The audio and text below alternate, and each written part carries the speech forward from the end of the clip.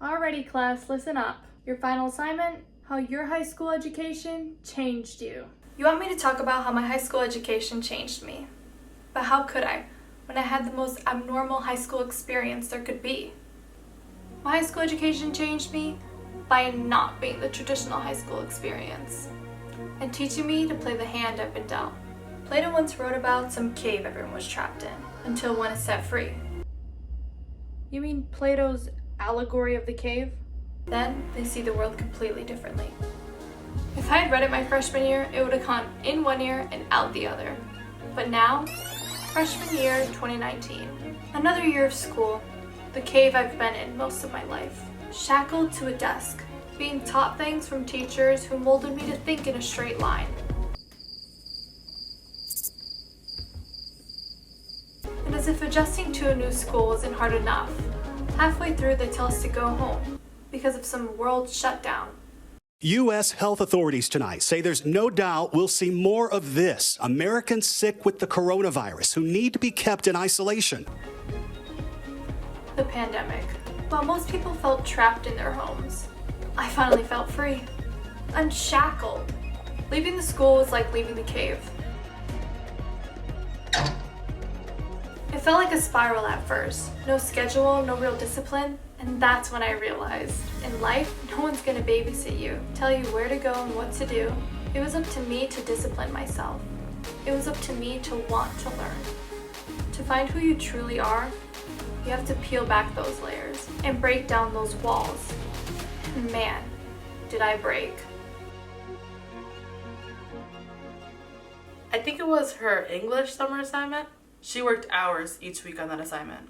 English isn't her strongest subject, so she wanted to get it done first. Like the people of the cave's eyes, adjusting to the brightness of the sun, I too had some adjusting to do. I had to get that assignment done. It was about a week before she was going to return to school. She was finished, 3 pages, and for Carmen, that was like a book. And it deleted. I Broke down. For time's sake, I won't bore you with the nauseating details of my first ever panic attack. Just know I pulled back several layers that day.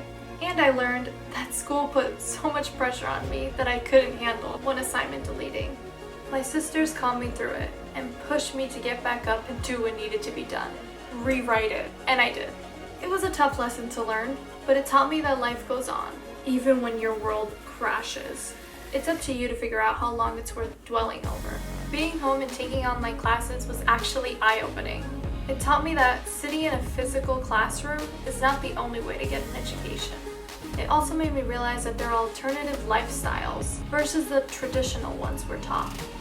My sisters never got the luxury of working from home during the pandemic, but for me, I needed to keep myself busy. What do people consider success? Money? I started a business. I dipped chocolate-covered strawberries and packaged them. I even convinced my sisters to be my delivery drivers. This after-school activity taught me pretty quickly that I valued all of my lost time over money it was making me. Not to mention, I was also a photographer's assistant for weddings and private events.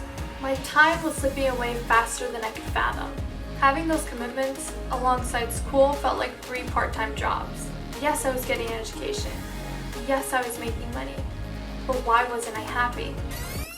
By junior year 2021, I dropped the berry business, and I started going on less photography trips.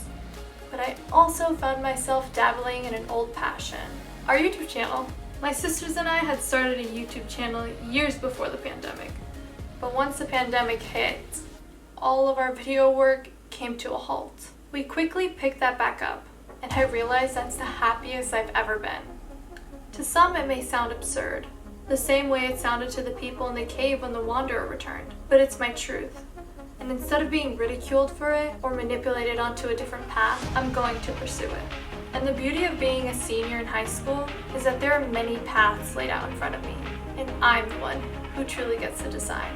In conclusion, not having the structure of a traditional high school allowed me to explore not only the outside world, but explore myself as well.